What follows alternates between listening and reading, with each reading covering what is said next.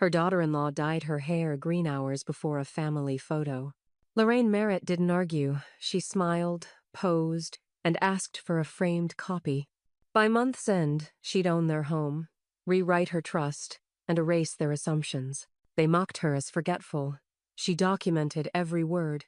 They plotted inheritance. She bought the deed. And when the eviction notice came, it carried her signature in bold. All right, before we dive into this crazy story, do me a favor, subscribe, and tell us where you're watching from. The first thing Lorraine noticed was the smell of something sharp, synthetic, clinging to the pillowcase, like a warning. She blinked against the morning light slicing through the blinds, then reached up instinctively, her fingers tangling in strands that felt thicker, stiffer than usual. When she looked in the mirror above the dresser, her breath caught. Bright green, not mossy or subtle, but electric-and unnatural neon hue that spread through her hair like spite. It stained the silver at her temple, crept down the ends, and turned her reflection into a punchline. Behind her, footsteps padded across the hardwood. Travis's voice came, with that performative cheer he used for waiters and Facebook videos. "Mom, you're up. You look festive." Dana's laughter followed like a delay on bad audio. "God, Trav. Festive? She looks like St. Patrick's Day came early." Lorraine didn't turn. She traced a single line of eyeliner with the precision of a surgeon, her hands steady. Her robe hung loose on her shoulders, bones sharp and fragile beneath the pale cotton. Dana stepped into view in the mirror, holding her phone at an angle that screamed recording. "It's just a joke, Lorraine. Lighten up. The grandkids will think it's hilarious," Travis added. "We bought the semi-permanent kind. It'll wash out in like 3 weeks." Lorraine met her own eyes in the mirror and saw none of them in there. At the park, pine needles scattered across the walkways. The photographer, a pale young man in his 20s with nervous energy, adjusted his tripod, while Dana instructed from behind like a seasoned director. "Let's keep her in the center. No closer to Ashley. The green should pop against the trees."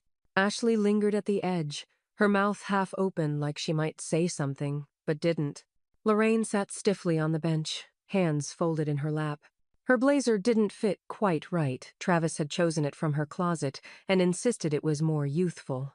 Her shoes were orthopedic, and the ground beneath her felt too soft, as if about to give.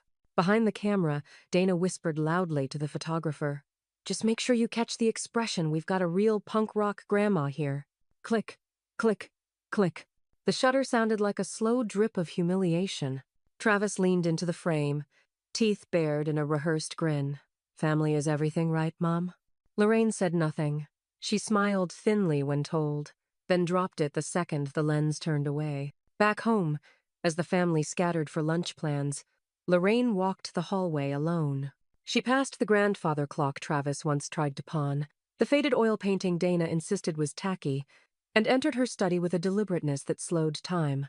On her desk sat a small photo display stand she hadn't touched in years. She turned it toward the light, then picked up the photographer's business card, flipping it twice in her hand before slipping it into her purse. At dinner, over reheated pot roast and obligatory small talk, Lorraine said mildly, "I'd like one of those framed, the photo from the park."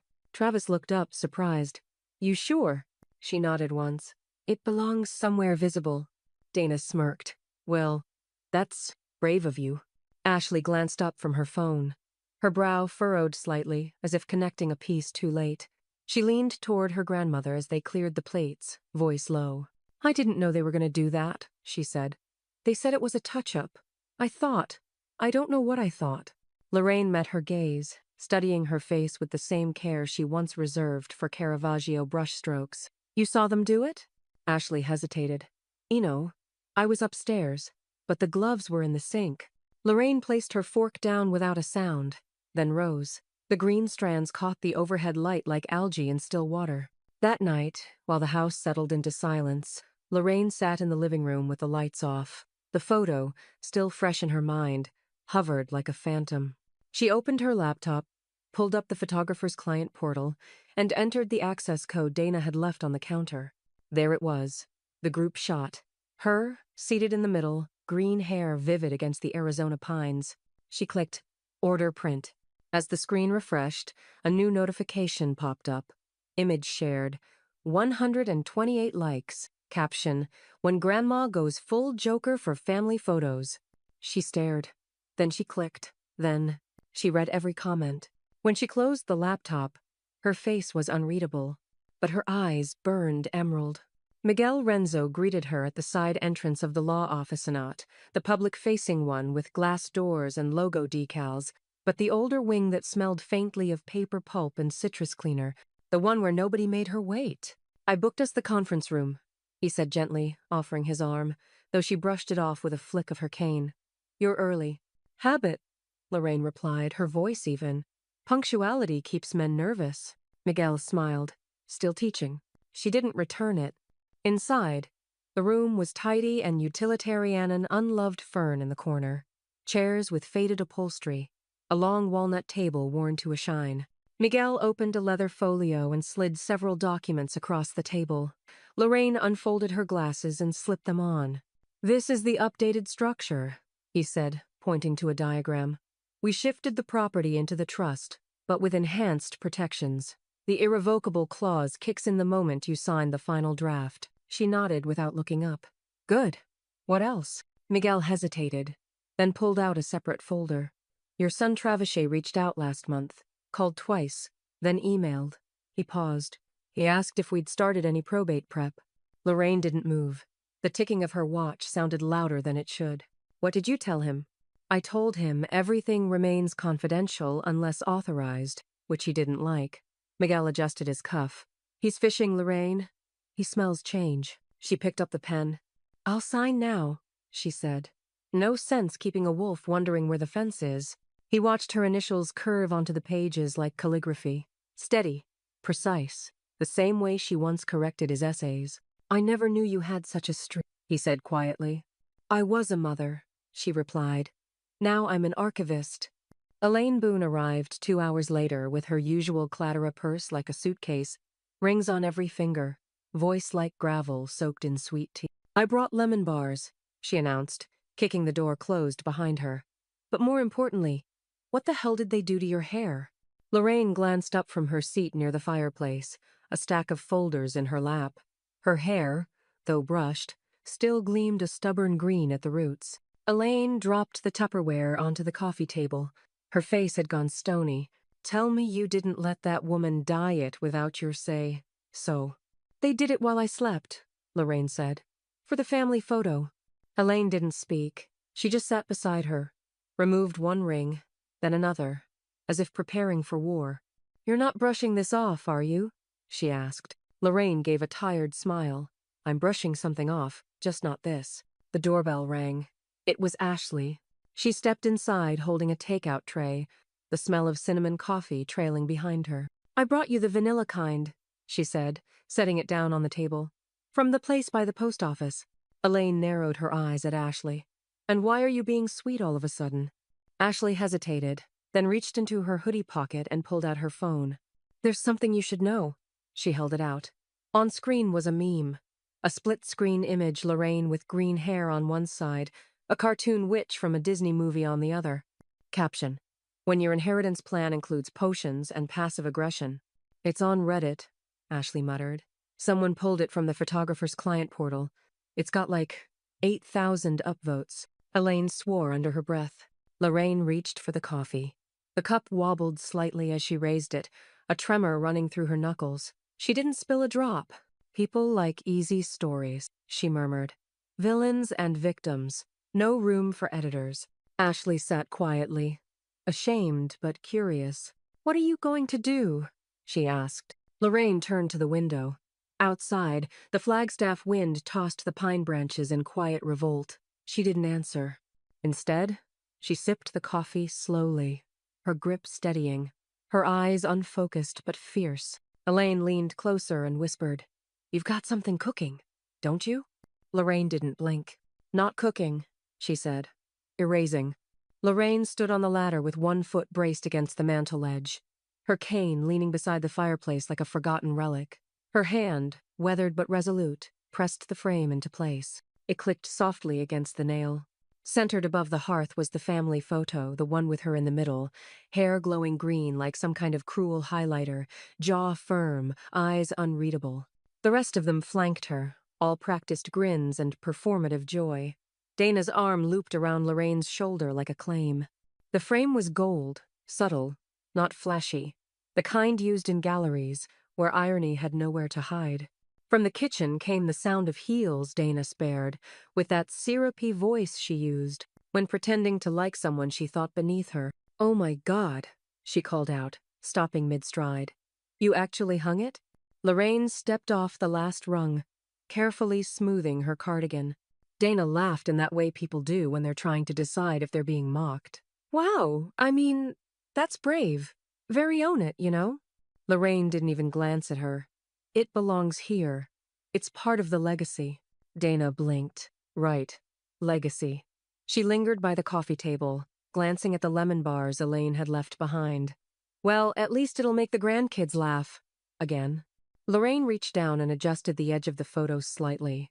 Not for perfection, just balance. The kind of balance Dana would never understand. Dana cleared her throat. "Travis was saying we could get you a nice canvas version printed. Maybe cropped in tighter? Just you and Ashley. Or even just Ashley, really." "I like it as it is," Lorraine said. Dana didn't press. She just made a tight smile and wandered into the next room, pretending to admire the spines on Lorraine's bookshelf, though she never read a word without a wineglass in hand. Ashley showed up that evening. No text, no warning, just a knock, and then her awkward silhouette shifting behind the screen door. Lorraine opened it slowly, letting in the crisp dusk air. Ashley stepped in, hoodie zipped to the chin, eyes flicking up toward the mantel as she set her bag down. "Is that—" She trailed off, stepping closer. "That's the photo?" Lorraine followed her gaze. "Yes." Ashley stared for a long time. "But why would you want to look at that? Every day?" Lorraine's voice was gentle. "Because someday it will mean something very different." Ashley turned to her, searching for some angle she could understand. "Different how?" But Lorraine only smiled, stone corner of her mouth, lifting like she knew something Ashley hadn't lived long enough to name. "I still have things to teach," she said. Ashley didn't push further. She sank into the armchair across from the fire, legs curled under her like a child again. There was silence, but not an empty one. Later that week, Miguel arrived with a black leather satchel and an envelope thick with notaries and stamps. He didn't sit, just stood at the kitchen island, reviewing each document with methodical precision. "Properties officially under the new structure," he said, tapping twice. "Holding companies registered. Trust protections are sealed. Travis can't touch a square inch knot without triggering a legal review." Lorraine poured him a glass of cold brew, not wine Miguel didn't drink on paperwork days. "I trust the new address was listed?" He nodded. "PO box only. No residential disclosure." She handed him a small square envelope. "Then here's your thank you." He raised an eyebrow but didn't open it until she nodded. Inside was a high-quality print of the photo, same one above the mantel, but with a post-it attached. 3 words, handwritten in script. "Frame every insult." Miguel tucked it back into the envelope like a contract. "You're not just erasing, Lorraine," he said quietly. "You're curating." She looked up at the photo, her face bathed in the reflection of its glass. "That's what legacies are, Miguel. Not just what you leave, but how you present what they tried to take." Just then, her phone vibrated on the counter. Text from Travis. "Hey, heard you've been busy. Everything okay?" She didn't answer. She just took the phone, flipped it face down beside her glass, and stared into the photo's reflection, waiting for it to shift into what it was always meant to be. The bank teller tilted her head just slightly, as if recalibrating. Lorraine stood on the other side of the thick counter glass, dressed in her winter coat despite the afternoon sun outside, her cane tucked beneath her arm like a ceremonial staff. "You'd like to revoke all third-party permissions?" the teller asked carefully, fingers poised over the keyboard. "All of them," Lorraine replied. "Effective immediately. No co-signers, no access, no alerts, just me." The teller nodded, beginning to type. "Your son is currently listed as a secondary contact in financial power."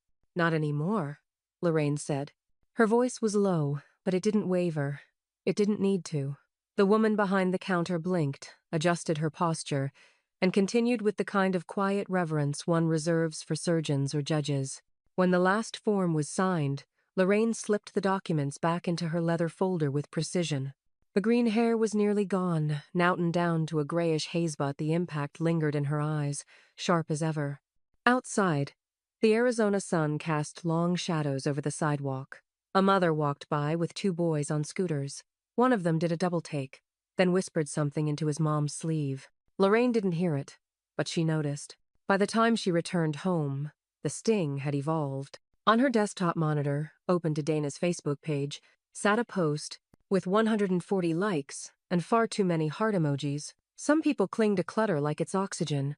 Elder hoarders really don't know when to downsize. Number generational selfishness. Number pray for patience. No names. No photo. But the coded cruelty was unmistakable and public. Lorraine scrolled through the comments, half of them from Dana's book club crowd women with manicured bios and rehearsed compassion. She didn't comment.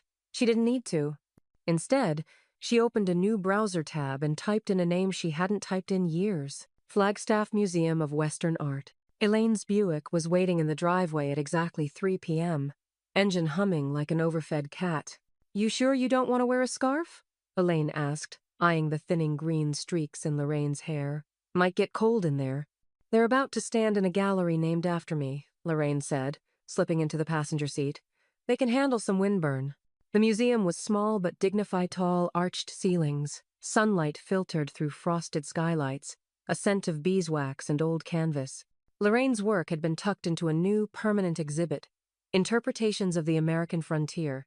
One of her watercolors, a piece painted after her husband's funeral, all rusted fences and open sky, was mounted under a brass plaque. Ashley arrived just before the docent started the tour.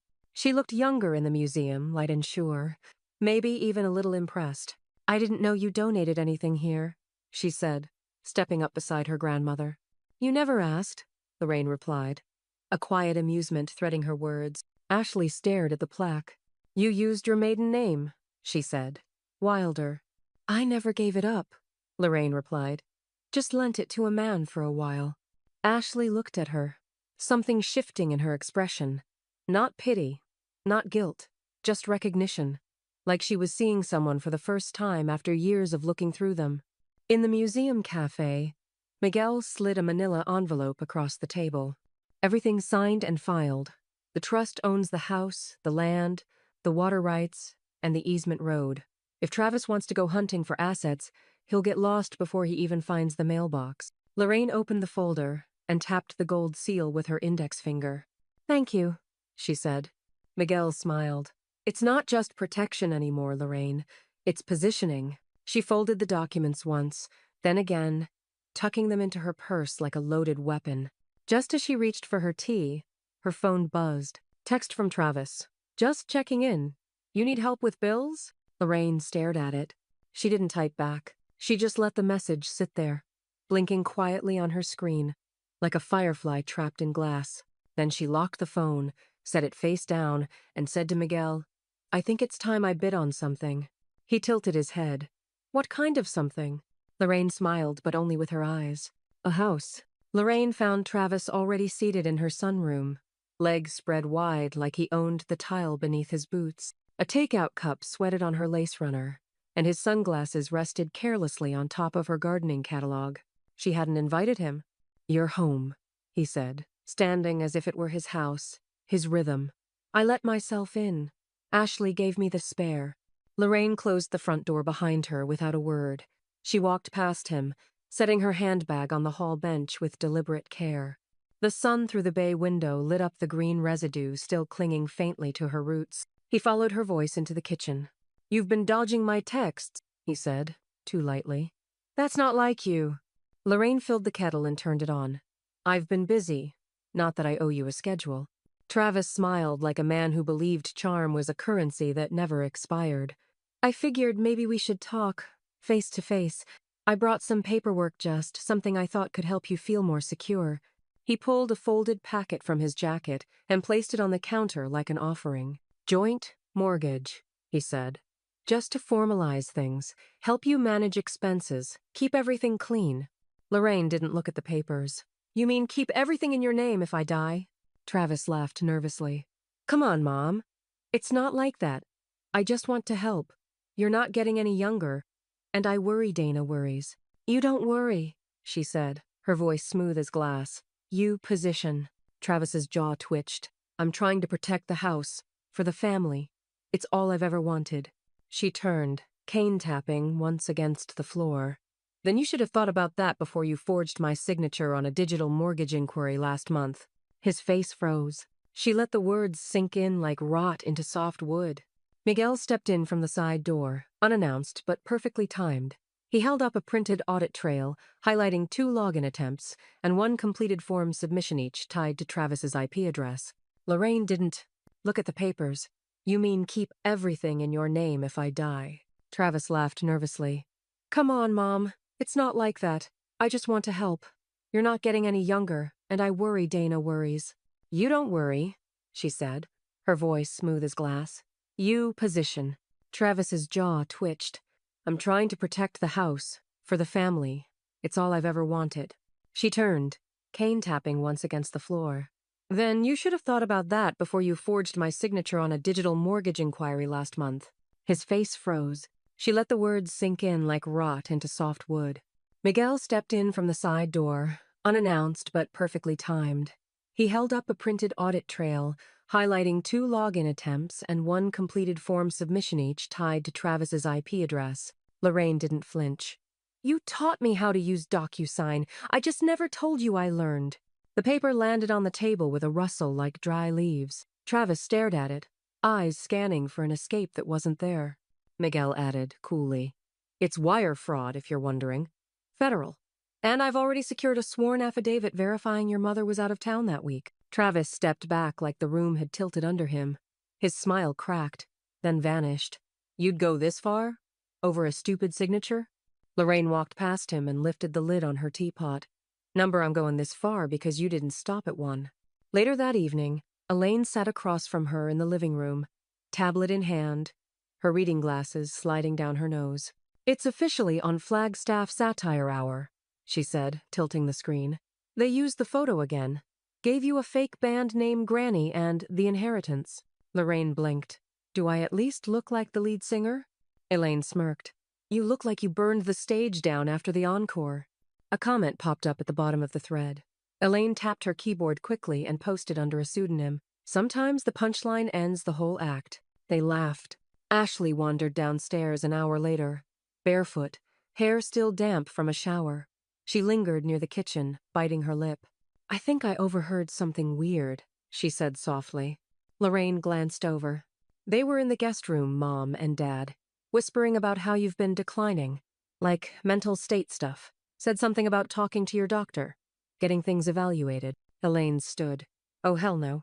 But Lorraine raised a hand. Let her finish. Ashley hesitated, then added. They also mentioned the old baby monitor. The one they left here for when I used to nap over. Said it still works. Said you probably don't even realize it's on. Lorraine's expression didn't change. She stood slowly, walked to the hallway closet, and retrieved a slim black device. She held it in her palm like a delicate time bomb. The power light glowed faint red. I realized, she said simply. Elaine leaned in. You recorded it? Lorraine pressed play. Travis's voice crackled faintly from the monitor speaker. She's got no clue what's going on anymore. If we push hard enough, the court'll see that. Dana, all we need is a paper trail, 1 bad fall, 1 confused voicemail. Then Dana. And then we bring in a doctor who agrees with us. For her own good. Ashley looked like she might throw up. Lorraine simply turned the volume down and smiled not cruelly, but like a woman who'd just found the fuse. The morning after the recording, Lorraine sat at her desk with her laptop open, the baby monitor beside her like a witness in a deposition. She wore gloves, the kind she used to wear while handling archival manuscripts fitting, given what she was about to preserve. One by one, she downloaded the emails.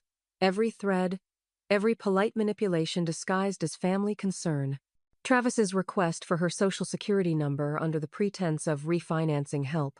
Dana's passive-aggressive replies about scheduling someone to talk with her physician, just to make sure she's okay. A message with the subject line, drafting next steps legal, medical options. She didn't read them all in real time. Just archived them into a zip file, encrypted it, and titled it with a name she'd never forget: Family Trust, Untrusted. She opened a clean email window and attached the file. To Miguel Renzo. Subject: For your records. Body: They've been planning this longer than I thought. Let's begin ours. She hit send. Elaine arrived mid-morning in her driving sweater and war mode attitude. Brought scones and my flatbed scanner, she said, holding up both like offerings. We're digitizing the receipts, right? Lorraine nodded, gesturing toward a box near the desk: legal papers, check stubs, insurance letters, and most importantly, her revised will. Elaine plugged in the scanner like it was a weapon and cracked her knuckles. If Dana wants to play Who Deserves What, we're about to show her how footnotes work. They spent 3 hours scanning. By the end, Elaine had uploaded everything to a password-protected folder on a separate drive, encrypted twice and disguised as a recipe archive. She labeled the root file, Family Pie, Do Not Edit. Lorraine arched an eyebrow. Elaine grinned. If they're going to snoop, they better bake. That evening, Lorraine sat quietly at Elaine's kitchen table as the women of the Pinewood Creek Book Club sipped wine around Dana, who was mid-story. So, the appraiser said the house alone is worth 7 figures, Dana said, eyes gleaming as she swirled her rosé. And that doesn't even include the property. It's wild, right? The women murmured appreciatively. One of them raised her glass. You guys are so lucky to have that in your future. Dana offered a coy shrug. Well, we've put in our time. Helped where we could. It's not about ownership, it's about legacy. Lorraine stood unnoticed in the kitchen entry, watching her daughter-in-law float through fantasy like it was already deeded in ink. She didn't say a word. She didn't need to. Her silence was currency and she was saving every penny for the right moment. Ashley showed up that night, with a notebook in hand. Grandma, she said, softly but directly, can I ask you something weird? Lorraine was sitting by the fireplace, her feet tucked under a knit blanket, the framed photo still presiding like a totem above the mantel. Ashley sat down beside her. What actually happens to everything when someone dies? Lorraine tilted her head, watching her. I mean, everyone keeps saying you've got a will, but also that Dad's managing things already. And Mom talks like the house is basically hers. Lorraine pulled a slim binder from beneath the coffee table. She opened it slowly and placed it in Ashley's lap. The trust documents, the real ones. Ashley read silently for a few minutes. Her eyes widened. You already moved everything, she whispered. Lorraine sipped her tea. Of course. And it's protected. Like, it's all locked down? Lorraine nodded. Ashley looked up, confused but smiling. So then, why are they acting like they own it? Lorraine leaned in, her voice a thread of smoke. Because people who want power skip straight to the part where they've already won. Ashley stared at the pages, her thumb rubbing along the signature line. Lorraine added, watch who assumes they already own you. It's how they tell you they don't see you at all. That night, as the wind picked up outside and the old house creaked with the coming storm, Lorraine's phone buzzed. It was a message from Dana. Dana Merritt. Hey, we've noticed a few things around the house. The porch rail is loose, the gutters need clearing, and Travis says the insulation might be shot. Could you go ahead and get that fixed? It's just easier if you stay ahead of it. Right afore. Lorraine stared at the heart emoji for a long time. Then she opened a blank sheet of paper and began drafting a letter. The kind that starts with "to whom it may concern" and ends with a signature so sharp it might cut. The sound of Lorraine's heels tapping across the bank's marble floor drew a ripple of sideways glances. It wasn't just her arrival, it was her walk. No cane, no assistance, just the measured grace of someone who'd decided today was not the day to look fragile. Behind the counter, the young teller blinked, then adjusted her name tag like it was suddenly too tight. Good morning, Mrs. Merritt, she said, standing a little straighter. Would you like to take a seat? I can. No need, Lorraine said calmly, her voice smooth as glass. I'll stand for this. The manager was summoned. An older man in a striped tie and thin patience. Lorraine greeted him with a smile that didn't quite reach her eyes. I need to make several updates to my financial estate, she said. Today. Of course, he replied, motioning toward the private offices. Let's get you comfortable. I'm already comfortable, she cut in. Let's begin. Inside the glass-walled room, Lorraine removed a folded document from her handbag. placed it on the table, and began listing changes like someone reading from a well-rehearsed script. First, she said, remove Travis Merritt as emergency contact and cosigner from all account checking, savings, investments, and retirement instruments, retroactive as of this date. The manager blinked, but said nothing. She continued. Next, add Miguel Renzo as power of attorney for legal oversight, and Ashley Merritt as secondary on my healthcare and discretionary accounts. The teller who'd quietly joined them with a clipboard and wide eyes broke into a small, admiring smile. Power moves at any age, she murmured under her breath. Lorraine glanced at her and gave a single nod. Not of agreement, but acknowledgement. The kind you give someone who's still learning the difference. She opened her portfolio and pulled out a final sheet. And I'd like to open a new account. Personal use only. Unconnected to my trust. This one's mine. Alone. Any particular purpose? The manager asked. Lorraine allowed herself a small smile. Yes, she said. Clarity. Outside, the Arizona heat baked the sidewalk into a shimmer. Elaine stood at the curb, leaning against her car like an off-duty bodyguard. She wore sunglasses and held 2 iced T-zone with a lemon wedge, the way Lorraine liked it. I saw you through the glass, Elaine said as Lorraine approached. You looked like you were closing on a Fortune 500 deal. Better, Lorraine replied, accepting the tea. I was closing on silence. Elaine handed her a manila envelope from the passenger seat. Lorraine opened it and pulled out the printed, notice-creased once down the middle, still smelling faintly of printer toner and photocopier warmth. Notice of trustee sale. Property address, 3825 Alder Ridge Drive, Ive. Former owners, Travis and Dana Merritt. Status, scheduled for public auction. Auction date, completed. Winning bid, confidential. Elaine raised an eyebrow. Still can't believe it. You bought their foreclosure. Quietly, Lorraine said. Through a holding entity Miguel registered in Nevada. Elaine took a sip of her drink, her eyes dancing. Poetry, she said. Absolute poetry. Lorraine stared down at the notice, her thumb grazing the embossed county seal. It wasn't about the house, she said. It was about their assumption that I wouldn't see it coming. Elaine tapped the hood of her car. So, you ready to make the next move? Lorraine didn't answer right away. She set her tea on the roof of the car, opened her handbag, and pulled out a small black key fob with a barcode label still attached. It was the digital entry device for the lockbox on Alder Ridge Drive. She held it up to the sun and smiled. Lorraine stepped through the wrought iron gate of 3825 Alder Ridge Drive, Ive with the quiet resolve of someone walking through the final frame of a painting she'd been studying too long. The gravel crunched beneath her Loafershire sensible pair. The ones Travis once told her made her look more grandmotherly. She wore them like armor. The grass had browned along the edges, curling in dry defiance. A wind chime clinked near the porch, slightly off-key. The welcome mat was crooked. She didn't ring the bell. She didn't even approach the door. Instead, she made a slow arc around the perimeter, pausing at the hydrangea bed Dana never learned to prune, eyeing the foundation crack Travis once promised he'd fix once the refinancing goes through. Lorraine ran her fingers along the brick. I remember when this place still smelled like fresh paint and impulse, she murmured. Elaine waited in the car at the curb, windows down, sunglasses on, watching like backup in a heist movie. Lorraine returned without a word, climbed in, and buckled her seatbelt. Well?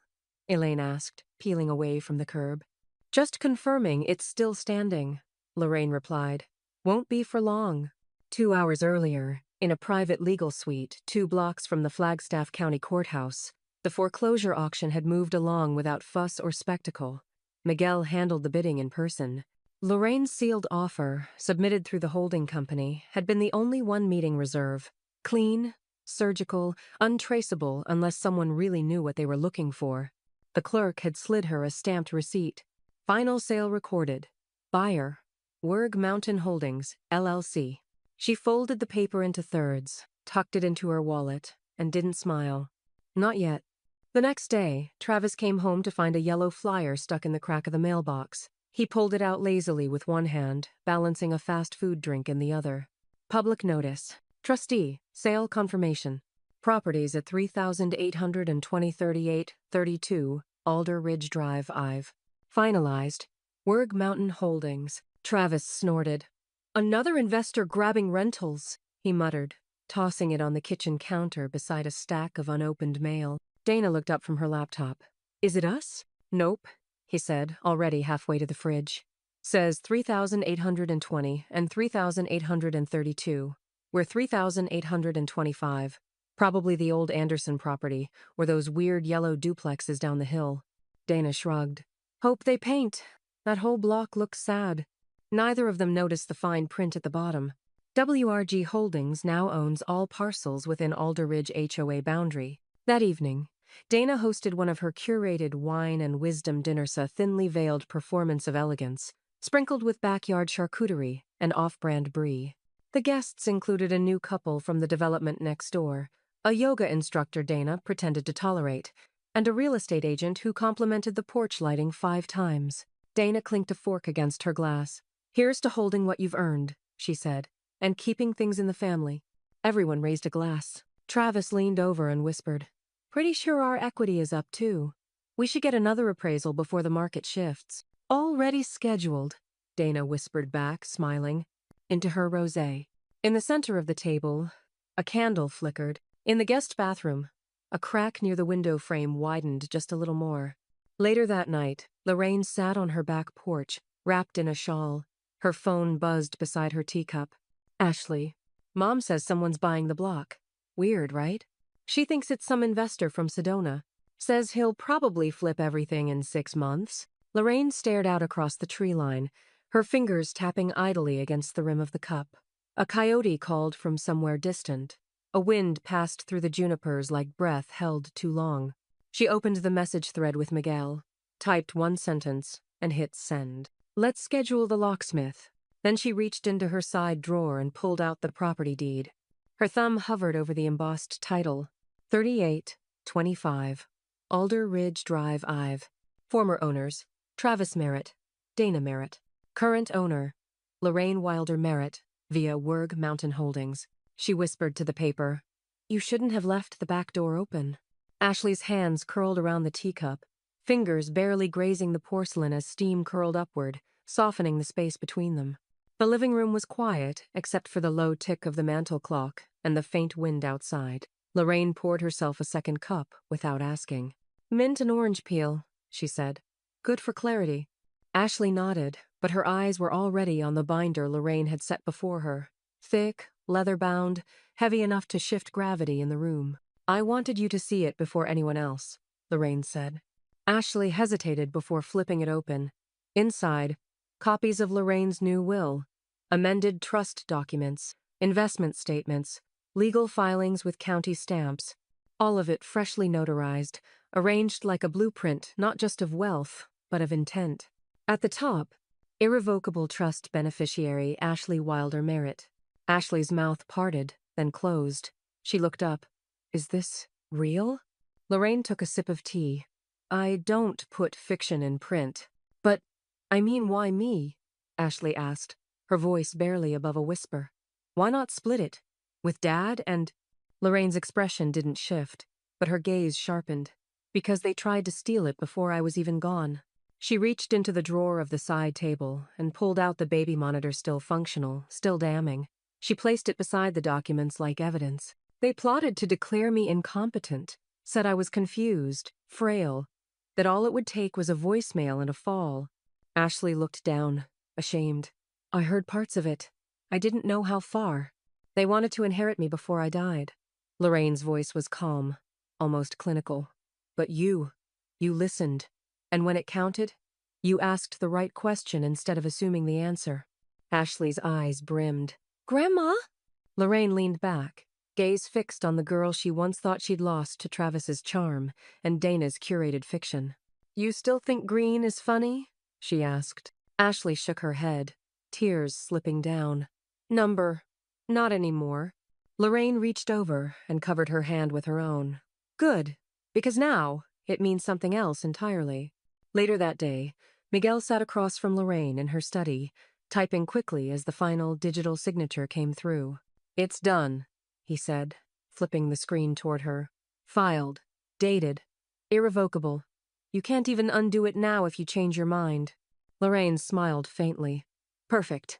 Miguel closed the laptop and leaned back. You're sure she's ready for this? That much weight? She's lighter than she thinks, Lorraine said. But she'll grow into it. On Sunday, the church brunch was held in the fellowship hall round tables, dressed with gingham cloths, and silent competition for who brought the best quiche. Lorraine wore a navy dress with white gloves. Elaine walked beside her like a sentinel. Dana was already there, dressed in peach and performance. She spotted Lorraine across the room and lit up like a stage bulb. "Oh, Lorraine!" she called, weaving her way through casseroles and whispers. "I've been meaning to catch up. I heard you were out and about getting so much done lately. Good for you." Lorraine turned, face neutral. Elaine stood still beside her. Dana added, leaning in slightly. "You know, if you ever need help with any paperwork, Travis is amazing with forms, and—" Elaine cleared her throat once, loudly. Behind her, two women from the choir, the kind who remembered when Lorraine taught art history in town, turned and narrowed their eyes. Lorraine didn't blink. "I have more than enough support, thank you." Dana's smile twitched. "Oh, well, good." She stepped back, realizing she was outnumbered. Maybe outclassed, definitely outmaneuvered. Elaine leaned in once Dana was gone. That felt better than it should have. That evening, Lorraine sat alone at her desk. She opened her personal Facebook account dormant for years and uploaded the framed photo. The one with the green hair, the fake laughter, the performance frozen in ink. In the caption field, she typed only 3 words: inheritance in living color. She clicked post. Within minutes, comments rolled in. Shock, support, confusion. One from Dana, passive and panicked. "Wait, what's this about?" Lorraine didn't reply. She just stared at the screen, waiting for it to reflect what it always had. Control? Lorraine parked 2 houses down from 3825 Alderidge Drive Ive and turned off the engine.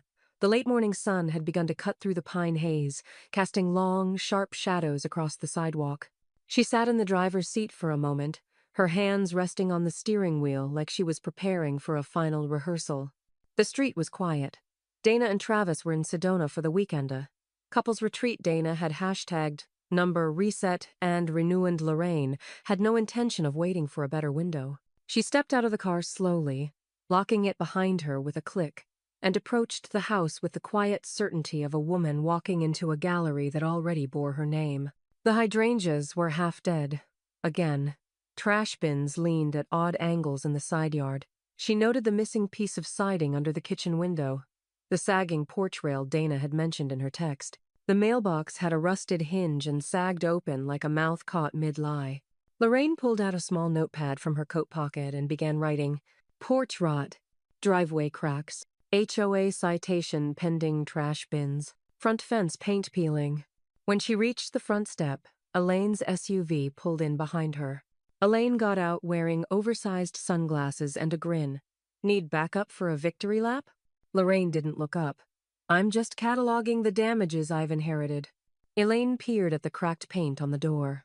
Maybe you should paint it green, for symmetry.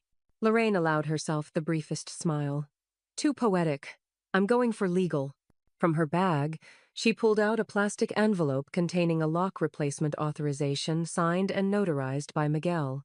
A locksmith van pulled around the corner a minute later, punctual and expressionless. The young man tipped his cap as he approached. Miss Merritt? Mrs. Merritt, she corrected. Change them all, front and back. Deadbolts, too.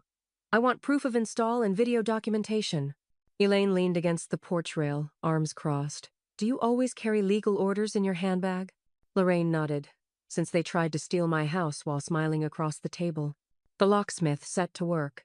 His drill whirred, bolts loosened, metal clinked against concrete. Lorraine stood with a quiet, icy calm as each lock yielded to the new key. She didn't enter the house. Not yet. That would come later formally, and with proper cause. By the time the locksmith packed up, Lorraine had the updated deed, the install video, and 2 brand-new brass keys in hand. That afternoon, Miguel slipped the vacate notice into a padded envelope embossed with the bank's seal. The letter was simple and surgical.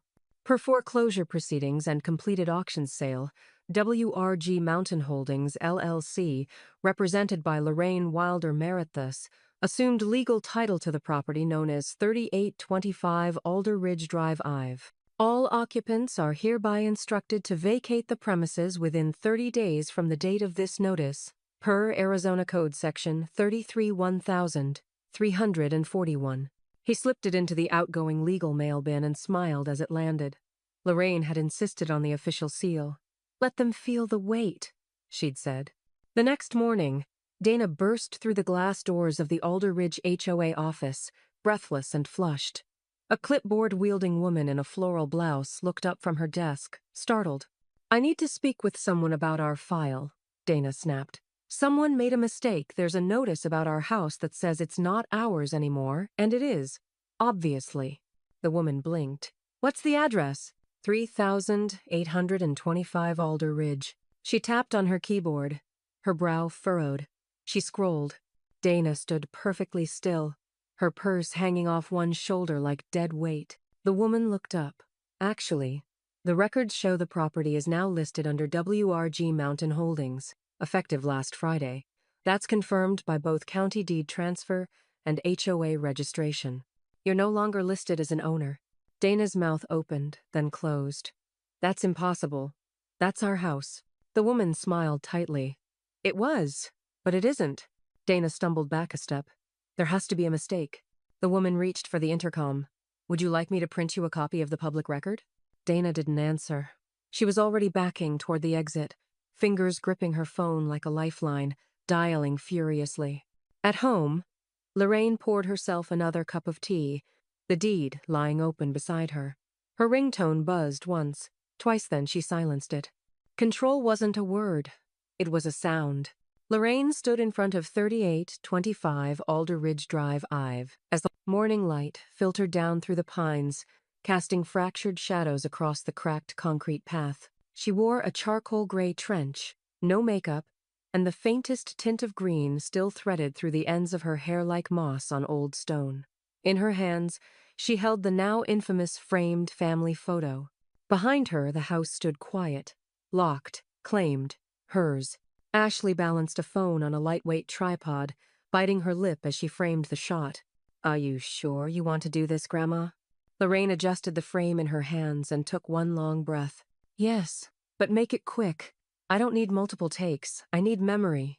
Ashley nodded, hit record, and stepped back. Lorraine stared straight into the lens. "I'm standing in front of a house I no longer need to fight for," she said, "because it's already mine, just like the picture you laughed at. Just like the story you thought you'd written." She held the photo up, letting the sunlight catch the glare off the glass. "They dyed my hair green, called it a joke, framed it for laughs." She smiled, small, but sharp. "So I framed it too, for the record." She gave a slight nod to Ashley. "Done," she said. Ashley tapped the screen. "Posted." They walked away together, not looking back. Within hours, the video spread across every local Flagstaff community page and HOA Facebook group like wildfire through pine needles. Tagged and reshared. Liked. Duplicated. Captioned. Number Granny wins the block. Number Merritt vs. Merritt. Number Green Hair Revenge. A local satire page dubbed it Real Housewives of HOA County. Someone slowed her voice down and made a TikTok remix. Another stitched her speech with a video of a Monopoly board catching fire. Ashley scrolled through her phone and finally commented under the original post. She taught art history. They thought they'd rewrite hers. It exploded. The next morning, Miguel forwarded an email. Subject line, "Feature Opportunity KAZT, 7 News Phoenix." "Hi, Miguel. I'm a field reporter following a community property dispute story trending online involving a foreclosure, an inheritance trust, and a very iconic framed photo. Would Mrs. Merritt be open to an on-camera interview? Respectfully, Callie Rojas, Senior Field Producer, KAZT, 7. Lorraine read it twice, then smiled. She clicked forward and sent it to Elaine with the note. "Apparently the art speaks." Elaine replied 10 minutes later with a knock at the door and a gift. "Didn't trust email for this one," she said, handing over a wrapped book-shaped box with gold ribbon. Lorraine opened it slowly. Inside was a thick, hard-bound scrapbook with a custom-printed title. "Petty is an art form.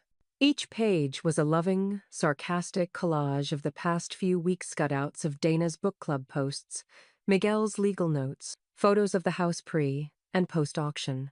There was even a screenshot of the meme that started it all, complete with glitter tape along the edge. Elaine pointed at the last page. It held a still from the video. Lorraine in front of the house, holding the photo like a closing argument. "Thought you should have your own version," Elaine said, "before the internet turns it into something stupid." Lorraine closed the book slowly, her fingers tracing the edge of the cover. "This," she said softly, "might be the first album that doesn't lie." Across town, Dana sat curled on the edge of her bed, the television off, the curtains pulled. Her phone buzzed relentlessly. Mentions, comments, reels. She swiped through them with growing horror. She clicked on Lorraine's video, watched it all the way through, twice. Then, silently, she opened her Instagram and deleted her last 6 posts. A few minutes later, she shut down her profile entirely. In the next room, Travis's voice boomed. "I'm not dealing with this circus." The sound of a drawer yanking open, a charger ripped from the wall. He deleted his Facebook, then Twitter, then everything else. Back at Alder Ridge Drive, Lorraine stood at her window, watching birds land on the fence she now owned. She opened her laptop and typed a new document title, "The Green Frame, a Memoir in Edges." She paused. Outside, a car slowed as it passed. Not Dana's, not Travis's, just a neighbor, slowing down out of respect. Or maybe curiosity. Didn't matter. Because now the photo wasn't just framed. It was public record. The courtroom smelled like old carpet and fluorescent nerves. Lorraine stood just inside the threshold, letting her presence settle before moving. She wore a tailored emerald green coat that hit just below the knee, the color deliberate and unapologetic. Her hair was brushed smooth, the last hint of green gone, but the memory of it hung over the room like smoke. Elaine squeezed her arm as they stepped forward together. "Looks like half the town showed up," Elaine whispered. Indeed, the gallery was packed. Book club women with tightly crossed legs, HOA presidents with their pens already out. 2 local reporters sat in the back row, one scribbling notes in Shorthand D. Even the court clerk seemed to sit a little straighter as Lorraine walked to her seat. Across the aisle, Travis sat with arms folded and jaw clenched, his suit 2 shades too shiny and 1 size too tight. Dana perched beside him like a mannequin short on instructions. Their lawyer, a younger man with too much hair gel and not enough spine, whispered furiously as they glanced toward Miguel. Miguel sat at Lorraine's side, adjusting his glasses, calm as always. His leather briefcase rested at his feet, polished to a dull gleam. The bailiff called the court to order. Travis was the first to speak when the judge invited remarks. He stood too fast, like the floor might vanish beneath him. "This is insanity," he began, his voice half outrage, half disbelief. "My mother's been manipulated by this man, by her neighbor, even by my own daughter. She's not in her right mind. She's been broadcasting this circus online slandering us. This is elder abuse by way of petty revenge." The judge raised an eyebrow. "Are you finished?" "No," Travis snapped, then immediately tried to soften it. "I mean, Your Honor, this isn't just about property. This is about a betrayal of family. My wife and I were trying to help her manage her affairs." Miguel stood with practiced elegance. "Let's begin with definitions, Your Honor," he said, starting with fraud. He laid out the documents like dominoes. The fake mortgage inquiry, the revoked power of attorney forms, the digital footprint showing Travis had logged into Lorraine's accounts without consent. He pulled up the deed transfer history, the clean title filings, the certified appraisal, the notarized trust amendments, all executed with legal clarity and zero ambiguity. Dana sunk lower in her seat, but it was Lorraine who asked to speak next. She rose slowly, not frail, just deliberate. "I have one final piece of evidence," she said, voice clear as stained glass. "For the record." She opened her handbag and withdrew the baby monitor. A quiet hush fell over the gallery. Miguel placed a small speaker on the table. The judge nodded. Lorraine pressed play. Travis's voice emerged, distant but distinct. "She's got no clue what's going on anymore. If we push hard enough, the court'll see that. Dana, all we need is a paper trail. One bad fall, one confused voicemail. Then Dana's voice, tighter, rehearsed. And then we bring in a doctor who agrees with us, for her own good." The room went silent but for the faint whir of the ceiling fan. Gasps echoed. A woman in the back whispered, "My God." Travis stood. "That was taken without our knowledge. That can't—" The judge lifted one hand, silencing him.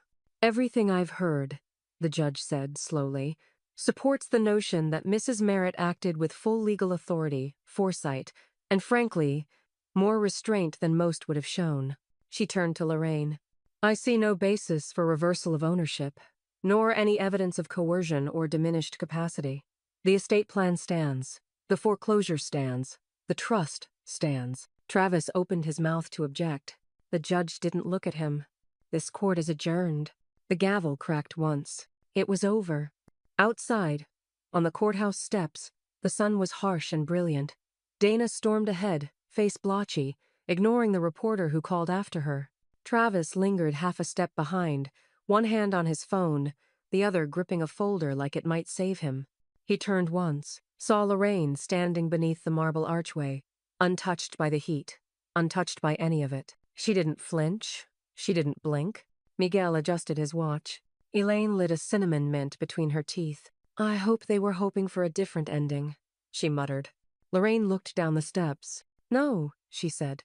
"They never imagined it would end at all." Lorraine stood at the center of what used to be Travis and Dana's living room, now stripped bare to its bones. No furniture, no family portraits. Just raw drywall, peeled flooring, and light filtering in through the uncurtained windows like honesty finally making its way inside. Across from her stood two women in denim and work gloves, both from the Northern Arizona Renewal Network, a nonprofit that specialized in transitional housing for women leaving abusive situations. One held a clipboard. The other held her breath. "You're sure about this?" the younger woman asked. Lorraine nodded once, hand resting on the window frame. "This house was once built on arrogance and assumption. I want it rebuilt on something else. Something solid. Something safe." The older woman blinked. "And you want to donate it outright?" "I don't want," Lorraine corrected softly. "I've already started." The next day, Miguel finalized the deed transfer. The papers bore both Lorraine's name and WRG Mountain Holdings, now listed as donor. The recipient, the Merritt House for Renewal. He slid the folder across the table, pausing only to make sure Lorraine's signature was clean, centered, and final. "You're setting fire to more than memory," he said, admiration quietly folded beneath his tone. Lorraine glanced at him. "Sometimes ash makes better soil." By the weekend, paint cans lined the front walk. Lorraine stood under the overhang of the porch as Ashley rolled a warm beige coat onto the siding. Elaine stood nearby, offering dry commentary and water refills.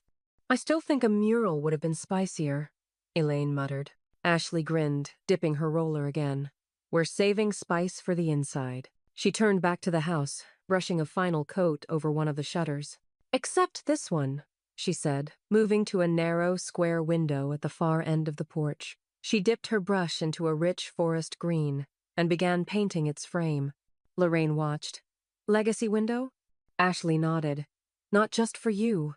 For me, too." Dana showed up the next afternoon, sunglasses too large and voice too brittle. She didn't get out of her car, just rolled down the window while Ashley loaded painting supplies into the back of Elaine's SUV. "Ashley," Dana called, tight smile affixed like an old mask. "Can we talk?" Ashley didn't look up. "We're working." Dana's voice softened, syrupy, brittle. "I just don't understand. We're still family. And she, your grandmother, she's taken everything. That house was our future. Yours, too." Ashley walked toward the window slowly, wiping her hands on a paint rag. "No, Mom. You framed her. Now she framed you." Dana flinched. "That's not fair." Neither was planning her funeral while she was still drinking tea. Dana didn't reply. She rolled the window up and drove off slowly, eyes flicking once to the green window as she passed. The morning of the shelter's opening, Lorraine arrived before anyone else. She carried two things, a plaque, engraved and polished, and the now iconic photo in its gold frame. Elaine met her on the porch and took the plaque from its velvet wrap. "The Merritt House," it read, in deep serif font. Below it, "For renewal." "I thought it should say something honest," Elaine said. Lorraine nodded. "And redemptive." Inside, the entryway had been cleared. a fresh coat of cream across the walls. Lorraine stepped to the far wall and hung the photo herself. The woman in the frame still had green in her hair, still stood stiffly amid false smiles, still carried the weight of 100 assumptions. But beneath the photo, on a hand-lettered placard, Lorraine had added her own caption, "Begin again." As she stepped back to examine it, volunteers arrived. So did local press. So did a social worker with a girl barely 20, holding everything she owned in 2 plastic grocery bags. Lorraine turned to greet her. "You're early," she said gently. The girl looked up. Is this where I start over?" Lorraine stepped aside, hand motioning toward the open door. "No," she said. "It's where you walk in, already belonging." Lorraine poured the tea slowly, letting the steam rise between them like fog clearing over water. Across the small round table, her sister Jean wrapped her hands around the ceramic mug without speaking. It had been years, Stu, many filled with distance and barely there holiday calls. But today, the silence was different. Not heavy, just overdue. Jean pulled a faded photo from her purse and set it on the table. 2 girls barefoot in a creek, summer sun bleaching their shoulders. Lorraine picked it up with a soft smile. "I remember that day," she said. "You dared me to catch a fish with my bare hands." Jean laughed, low and surprised. "You actually did it." "I dropped it right after." Jean nodded. "But you caught it." They sipped in rhythm, the years between them folding in like pages reread for the first time. No apology Kaminow outright, but then some things didn't need to be said when they'd already been outlived. "I heard about the house," Jean said finally. Lorraine shrugged. "I donated it." Jean blinked. "Of course you did." They smiled. In the foyer of the Merritt house, Ashley stood in front of the freshly painted wall, positioning a new frame between 2 pendant lights. Inside was a color photo Lorraine, seated among a pile of handwritten letters from women the shelter had served in its first month. Some scrawled in cursive, others blocky and hesitant, all saying some variation of the same thing, "Thank you." Ashley stepped back to admire it, then reached into her bag and taped a typed label underneath. "Legacy isn't something you leave. It's something you light." Lorraine saw it later that evening. She didn't say anything, just stood in front of it for a long time, letting it land. Miguel arrived the next day, carrying a slim black box. He handed it to Lorraine like a ceremony. Inside, nestled in cream velvet, was a handmade shadow box frame. On the left side, the foreclosure notice greased and stamped. On the right, the vacate letter Dana had once read with fury. Between them, a green thread woven like a border. At the bottom, engraved on brass, proof that endings can be art. Lorraine ran a finger along the edge of the glass. "You know, this makes you a sentimental lawyer." Miguel smiled. "Just a well-documented one." Later that week, Elaine arrived with her tablet and a folder under one arm. "We're doing a gallery," she announced, breathless. "Title, color, family, and grace. It'll feature original work, legal ephemera, and obviously, the photo." Lorraine raised an eyebrow. "Legal ephemera?" Elaine tapped the folder. "Everything you didn't burn. Contracts, letters, even the baby monitor. It's all part of the exhibit. If they wanted a legacy, we'll show them what one looks like under proper lighting." Lorraine chuckled. "You're dangerous with lamination. I'm lethal with curation." The house quieted in the afternoon, golden light pooling on the hardwood floor. Lorraine sat at her desk with her laptop open, fingers poised above the keyboard. The title on the first page blinked back at her. "The Green Frame. A Memoir in Edges." She didn't type yet. She just stared at the title, let it breathe. Outside the window, the front garden was blooming. The hydrangeas revived with help from the shelter. Volunteers stood defiantly in the soil Dana once ignored. Lorraine reached for her phone. In the sunlit hallway, just beneath Ashley's framed photo and across from the new entry plaque, hung one of Lorraine's own paintings. An abstract mix of horizon lines and fractured shadows, with a single sharp stroke of emerald cutting diagonally through the center. She turned the phone toward herself and took a selfie. Her face was soft, peaceful, the green in the background now intentional. She looked at the photo, then saved it. She didn't post it. Not yet. Some endings don't need applause, just proof. But upstairs, a voicemail buzzed in unknown number, a voice she hadn't heard in decades. "Hi, Lorraine. It's about your ex-brother-in-law." He saw the article, and he's got questions. Lorraine's lips parted slightly. She tapped the message once, saved it, then closed her laptop without typing a word. The gallery doors opened with a quiet click, and light spilled across polished concrete floors, catching on metal frames, handwritten captions, and the echo of small laughter in hushed tones. Lorraine stood just inside the entrance, sipping from a stemless wineglass, wearing black with a single emerald brooch at her collar. The air smelled like paint, lavender, and a little anticipation. At the center of the main wall hung the photo. The photo. Lorraine, hair green, smile stiff, framed like a joke meant to echo through time. It hadn't been cropped, hadn't been softened or corrected. The green was loud, defiant, unashamed. A placard beneath it read, "The first brushstroke." Guests circled it like it held gravity. A few whispered. Some smiled knowingly. One woman gasped, then grinned. Elaine stood off to the side, watching the crowd like a proud curator hair swept up, clipboard in hand, and reading glasses perched like a crown.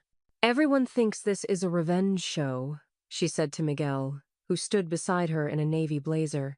"But it's really just a woman's autobiography, with better lighting." Miguel sipped his wine. "And ironclad citations." Near the front, a podium stood ready. Ashley motioned to Lorraine gently. "They're ready for you." Lorraine approached with unhurried grace. She didn't clear her throat. She didn't adjust the mic. She simply opened her memoir and began to read.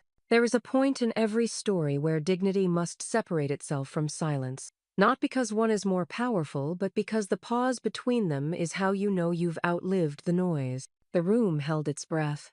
"I wasn't reborn when I fought back. I was reborn when I stopped needing to explain." Applause came, warm and sustained. Afterward, several guests approached her curious, respectful. One woman in a red scarf asked, "Why leave the photo unedited? You could have restored it, made it softer." Lorraine smiled gently, gesturing toward the wall. "It was their brush," she said. "I chose the canvas." Just then, outside the gallery window, two figures moved past the sidewalk lighting Travis and Dana. Their silhouettes paused, looking in but staying just beyond the glass. He wore a wrinkled blazer. She wore sunglasses, though it was nearly dusk. Neither entered. They just watched. Lorraine turned away, unbothered. She clinked her glass gently against Elaine's. Elaine raised an eyebrow. "Framed just right." Lorraine nodded. "Precisely." Ashley came to stand beside her. Her hair was pulled into a loose braid, one thin green ribbon woven through it. She leaned in, voice soft. "You didn't erase them," she said. "You painted past them." Lorraine looked at her granddaughter, no longer naive, no longer silent. "Exactly," she said. As the evening wore on, music drifted in soft waves across the space. People lingered beside each artifact, the baby monitor in a plexiglass case, the foreclosure notice in the shadow box, handwritten quotes blown up on linen banners. In the far corner, the painting Lorraine had created the abstract with the single green slash hung under a spotlight. Some viewers assumed it was about anger, others, restoration. Only Lorraine knew it was both. As the last guests filtered out, Ashley approached with one final request. "Selfie?" she asked. Lorraine smiled. "Of course." They stood side by side in front of the green hair photo, faces glowing in gallery light. Ashley lifted her phone, and just before she clicked the shutter, Lorraine leaned in and whispered the caption. Later, on Ashley's page, the image appeared with that same line typed beneath it. "They dyed my hair green, but I made it evergreen."